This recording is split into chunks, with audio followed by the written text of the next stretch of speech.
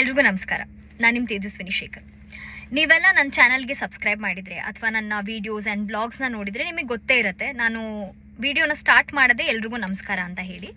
And ನನ್ನ videos almost ಎಲ್ಲ ನಾನು ಕನ್ನಡದಲ್ಲೇ ಮಾತಾಡಿರ್ತೀನಿ. ನನ್ನ ಎಲ್ಲ ವೀಡಿಯೋಸು ಅಷ್ಟೇ ನಾನು ಕನ್ನಡದಲ್ಲೇ ಮಾತಾಡಿದ್ದೀನಿ. ಬಟ್ ರೀಸೆಂಟಾಗಿ ನಾನೊಂದು ವಿಡಿಯೋ ಅಪ್ಲೋಡ್ ಮಾಡಿದ್ದೆ. ಅದರಲ್ಲಿ ನಾನು ಕಂಪ್ಲೀಟ್ ಇಂಗ್ಲೀಷಲ್ಲಿ ಮಾತಾಡಿದ್ದೀನಿ. ಅದು ಇಟ್ಸ್ ಆ್ಯನ್ ಓಲ್ಡ್ ವಿಡಿಯೋ, ಹಳೆ ವಿಡಿಯೋ. 8-9 ಮಂತ್ಸ್ ಆಗಿದೆ ಅನಿಸುತ್ತೆ. 2024 ಮಾಡಿದಂಥ ವಿಡಿಯೋ ಅದು.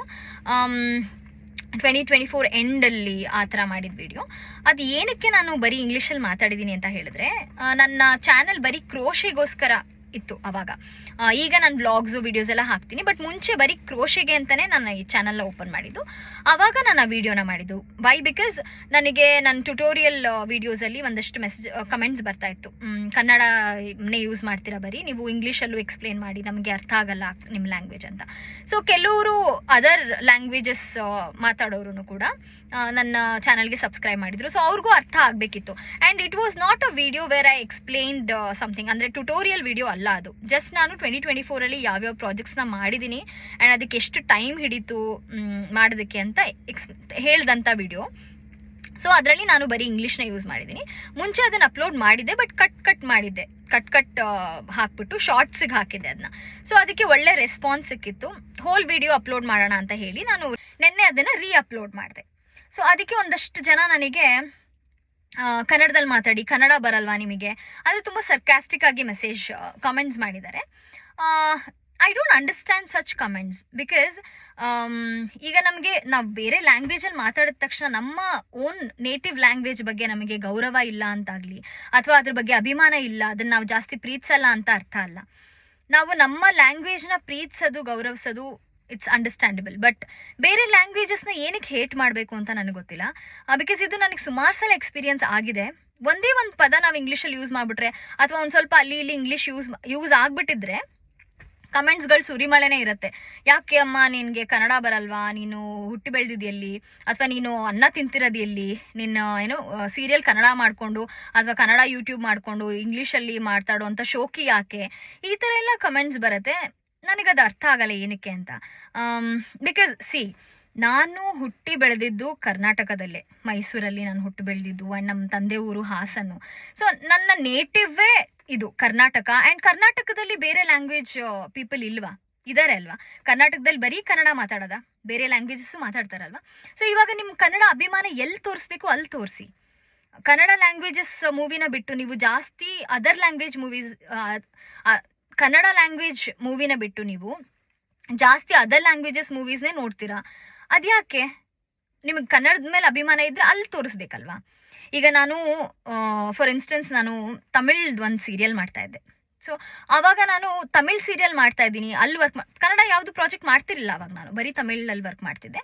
ಅವಾಗ ನಾನು ಬರೀ ತಮಿಳ್ ಸೀರಿಯಲ್ ಮಾಡ್ತಿದ್ದೀನಲ್ವಾ, ಏನಕ್ಕೆ ಕನ್ನಡ ರೀಲ್ಸ್ ಮಾಡಬೇಕು ಅಂತ ಹೇಳಿ ಬರೀ ತಮಿಳ್ ಸಾಂಗ್ಸಿಗೆ ನಾನು ರೀಲ್ಸ್ ಮಾಡ್ತಾ ಇರಲಿಲ್ಲ. ಕನ್ನಡ ಸಾಂಗ್ಸ್ಗೂ ರೀಲ್ಸ್ ಮಾಡ್ತಿದ್ದೆ. Because Kannada is my language and I love my language. ಯಾಕೆಂದರೆ ನಾನು ಚಿಕ್ಕ ವಯಸ್ಸಿಂದ ಮಾತಾಡ್ಕೊಂಡು ಬಂದಿದ್ದೆ ಕನ್ನಡ. ಆ್ಯಂಡ್ ನಾನು ಅಷ್ಟು ಫ್ಲೂಯೆಂಟಾಗಿ, ನೀವು ನೋಡಿರ್ತೀನಿ ನನ್ನ ಸೀರಿಯಲ್ಸಲ್ಲಿ ನಾನು ಮಾತಾಡೋದು ಕನ್ನಡ. ಆ್ಯಂಡ್ ಇವಾಗ ನಾನು ಮೈಥೋ ಮಾಡ್ತಿದ್ದೀನಿ, ಅದರಲ್ಲಿ ನಾನು ಕನ್ನಡ ಮಾತಾಡ್ತೀನಿ. ಸೊ ನಿಮಗೆಲ್ಲ ಗೊತ್ತಿರುತ್ತೆ ನನಗೆ ಎಷ್ಟು ಫ್ಲೂಯೆಂಟಾಗಿ ಕನ್ನಡ ಬರುತ್ತೆ ಅಂತ. ಸೊ ಅದಕ್ಕೆ ಇನ್ನೊಂದು ಪ್ರಶ್ನೆ ಮಾಡೋದೇ ಬೇಡ. ನೀವು ನನ್ನ ಸೀರಿಯಲ್ಸ್ನ ನೋಡಿದರೆ ನಿಮಗೆ ಗೊತ್ತಿರುತ್ತೆ ನಾನು ಕನ್ನಡ ಎಷ್ಟು ಚೆನ್ನಾಗಿ ಮಾತಾಡ್ತೀನಿ ಅಂತ. ಸೊ ಬೇರೆ ಒಂದು ಲ್ಯಾಂಗ್ವೇಜ್ ಮಾತಾಡಿದೆ ಅಂದ ತಕ್ಷಣ ಏನಕ್ಕೆ ಅಷ್ಟೊಂದು ಹೇಟ್ರೆಡ್? ಕನ್ನಡದ ಬಗ್ಗೆ ಅಭಿಮಾನನೇ ಇಲ್ಲ ಅಂತ ಏನಕ್ಕೆ ಕನ್ಕ್ಲೂಷನಿಗೆ ಬರ್ತೀರಾ? Of course I love my language, I respect my language. ನನಗೆ ನನ್ನ ಲ್ಯಾಂಗ್ವೇಜ್ ಬಗ್ಗೆ ಸಿಕ್ಕಾಬಟ್ಟೆ ಅಭಿಮಾನ ಇದೆ. ಏಕೆಂದರೆ ನಾನು ಇವಾಗ ನೋಡಿ, ನಾನು ತಮಿಳ್ ತೆಲುಗು ಸೀರಿಯಲ್ ಇವಾಗ ನಾನು ಯಾಕೆ ಮಾಡ್ತಾ ಇಲ್ಲ ಅಂತ ಹೇಳಿದ್ರೆ, ನನಗೆ ಟ್ರಾವೆಲ್ ಮಾಡೋದಕ್ಕೆ ಕಷ್ಟ.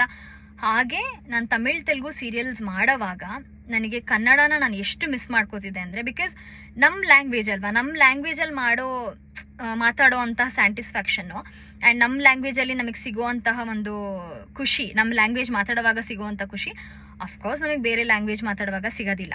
ಆ್ಯಂಡ್ ನಮ್ಮ ಲ್ಯಾಂಗ್ವೇಜಲ್ಲಿ ನಾವು ಅರ್ಥ ಮಾಡಿಕೊಂಡು, ಈಗ ಆ ಲ್ಯಾಂಗ್ವೇಜ್ ಮಾತಾಡುವಾಗಲೂ ಅಷ್ಟೇ ಅರ್ಥ ಮಾಡ್ಕೊಂಡೆ ಡೈಲಾಗ್ಸ್ನ ಹೇಳ್ತಿದ್ದು ಆದಷ್ಟು. ಆದ್ರೂ ನಮಗೆ ನಮ್ಮ ನೇಟಿವ್ ಲ್ಯಾಂಗ್ವೇಜ್ ಅಂದಾಗ ಒಂದು ಜಾಸ್ತಿ ಪ್ರೀತಿ ಇರುತ್ತಲ್ವ. ಸೊ ಅದಕ್ಕೋಸ್ಕರ ಕನ್ನಡನೇ ಜಾಸ್ತಿ ಪ್ರಿಫರ್ ಮಾಡೋದು ಆಬ್ವಿಯಸ್ಲಿ. ಸೊ ಈ ಥರ ಎಲ್ಲ ಮೆಸೇಜಸ್ ಬಂದಾಗ ತುಂಬ ಮನಸ್ಸಿಗೆ ಬೇಜಾರಾಗುತ್ತೆ. ಯಾಕೆ ಈ ಥರ ಹೇಳ್ತಾರೆ ಅಂತ. ಅಭಿಮಾನ ಎಲ್ಲಿ ತೋರಿಸ್ಬೇಕು ಅಲ್ಲಿ ತೋರಿಸಿ. ಬರೀ ನೀವು ಒಬ್ಬ ಸೆಲೆಬ್ರಿಟಿ ಅಥವಾ ಯಾವುದೋ ಆ್ಯಕ್ಟ್ರೆಸ್ ಇವಾಗ ಹೀರೋಯಿನ್ಸ್ ಎಲ್ಲ ಮಾತಾಡಿರ್ತಾರಲ್ವ ಬೇರೆ ಲ್ಯಾಂಗ್ವೇಜಲ್ಲಿ ಮಾತಾಡಿದಾಗ ಅಲ್ಲಿ ಕಮೆಂಟ್ಸ್ ಮಾಡೋದ್ರಲ್ಲಿ ನಿಮ್ಮ ಅಭಿಮಾನನ ತೋರಿಸ್ಬೇಡಿ. ಬೇರೆ ಕಡೆ ಎಲ್ಲಿ ನೆಸೆಸಿಟಿ ಇದೆ, ನಿಜವಾಗ್ಲೂ ಎಲ್ಲಿ ರಿಕ್ವೈರ್ಮೆಂಟ್ ಇದೆ ಅಲ್ಲಿ ನಿಮ್ಮ ಅಭಿಮಾನನ ತೋರಿಸಿ. ಈಗ ಯಾರಾದರೂ ಬೇರೆ ಕಂಟ್ರಿ ಅಥವಾ ಬೇರೆ ಸ್ಟೇಟಿಂದ ಬಂದಿರ್ತಾರಲ್ವ ಅವರಿಗೆ ಕನ್ನಡ ಕಲಿಸಿ, ಅದರಲ್ಲಿ ನಿಮ್ಮ ಅಭಿಮಾನ ತೋರಿಸಿ. ಈಗ ನಮ್ಮ ಸುದೀಪ್ ಅವರು, ನಮ್ಮ ಯಶ್ ಅವರು ಬೇರೆ ಲ್ಯಾಂಗ್ವೇಜಸ್ ಅಂದರೆ ಪ್ಯಾನ್ ಇಂಡಿಯಾ ಮಾಡಿದ್ರು ಮೂವೀಸ್ನ, ಆ್ಯಂಡ್ ಅಲ್ಲೆಲ್ಲ ಹೋಗಿ ಅವ್ರ ಲ್ಯಾಂಗ್ವೇಜ್ ಮಾತಾಡಿದ್ರು. ಏನಕ್ಕೆ ಅಂದರೆ ಅವ್ರಿಗೆ ಅದನ್ನು ಅವ್ರು ತೋರಿಸಿದ respect, not because they can't talk in Kannada ಅಥವಾ they don't know the language. ಅವ್ರಿಗೆ ಕನ್ನಡ ಗೊತ್ತಿದ್ರು ಏನಕ್ಕೆ ಅವ್ರ ಲ್ಯಾಂಗ್ವೇಜಲ್ಲಿ ಮಾತಾಡಿ ಅರ್ಥ ಮಾಡಿಸಿದ್ರು ಅಂತ ಹೇಳಿದ್ರೆ ಅದು ಅವರ ಭಾಷೆಗೆ ಅವ್ರು ತೋರಿಸಿದಂಥ ರೆಸ್ಪೆಕ್ಟ್. ಅದು ನಮ್ಮ ಭಾಷೆಗೆ ನಾವು ಎಷ್ಟು ರೆಸ್ಪೆಕ್ಟ್ ಇಟ್ಟಿದ್ದೀವಿ ಅನ್ನೋದನ್ನು ಸಿಗ್ನಿಫೈ ಮಾಡುತ್ತೆ. ಸೊ ನನಗೆ ಆ ಥರ ಎಲ್ಲ ಕಮೆಂಟ್ಸ್ ಬಂದಾಗ ಸ್ವಲ್ಪ ತುಂಬ ಹರ್ಟ್ ಆಗುತ್ತೆ. ಆ್ಯಂಡ್ ನಾನು ಹೇಳ್ತಾ ಇದ್ದೆ, ಕಮಿಂಗ್ ಬ್ಯಾಕ್ ಟು ದ್ಯಾಟ್, ನಾನು ತಮಿಳ್ ಸೀರಿಯಲ್ ಮಾಡೋವಾಗ ನಾನು ಕನ್ನಡದಲ್ಲೂ ರೀಲ್ಸ್ ಮಾಡಿ ಹಾಕ್ತಾ ಇದ್ದೆ. ಬಟ್ ಯಾವ ತಮಿಳಿಯನ್ಸೂ ನೀನು ಅನ್ನ ತಿಂತಿರೋದಿಲ್ಲಿ, ಏನಕ್ಕೆ ನೀನು ಕನ್ನಡ ಲ್ಯಾಂಗ್ವೇಜಲ್ಲಿ ಮಾಡಿದ್ಯಾ ರೀಲ್ಸ್ನ, ತಮಿಳಲ್ಲಿ ಯಾಕೆ ಮಾಡಿಲ್ಲ ಅಂತ ಯಾರೂ ಕಮೆಂಟ್ ಮಾಡ್ತಿರಲಿಲ್ಲ. ಬಟ್ ಒಂದೇ ಒಂದು ತಮಿಳ್ ರೀಲ್ ಹಾಕಿದ್ರೆ ನಂದು ಫೀಡಲ್ಲಿ ಒಂದು 100s ಆಫ್ ಕನ್ನಡ ರೀಲ್ಸ್ ಇದ್ದು ಅಲ್ಲಿ ಒಂದು 2-3 ತಮಿಳ್ ಲ್ಯಾಂಗ್ವೇಜಸ್ದು ನಾನು ತಮಿಳ್ ಲ್ಯಾಂಗ್ವೇಜ್ದು ಒಂದು ರೀಲ್ ಮಾಡಿಬಿಟ್ರೆ ಅದಕ್ಕೆ ಒಂದಷ್ಟು ಕಮೆಂಟ್ಸ್ ಬಂದಿರ್ತಿತ್ತು.